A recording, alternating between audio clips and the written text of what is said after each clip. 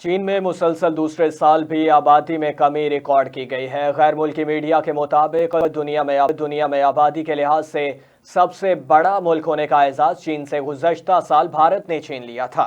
چین کے مقامی اعداد و شمار سے پتہ چلتا ہے کہ اس وقت چین کی آبادی 1.409 ارب ہے، جو کہ پچھلے سال کے مقابلے میں 20 لاکھ سے زائد کم ہے۔ بھارت کی آبادی 1.425 ارب ہے۔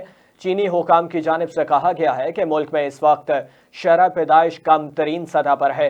رپورٹس کے مطابق چین میں 1980 سے 2015 تک ایک متنازع پالیسی نافذ رہی، جس کے تحت شادی شدہ جوڑوں کو ایک بچے کی اجازت تھی، تاہم 2021 میں چین نے جوڑوں کو 3 بچوں تک کی پیدائش کی اجازت دے دی تھی۔ غیر ملکی میڈیا کے مطابق چین میں ان تبدیلیوں کا خاص اثر دیکھنے میں نہیں آیا۔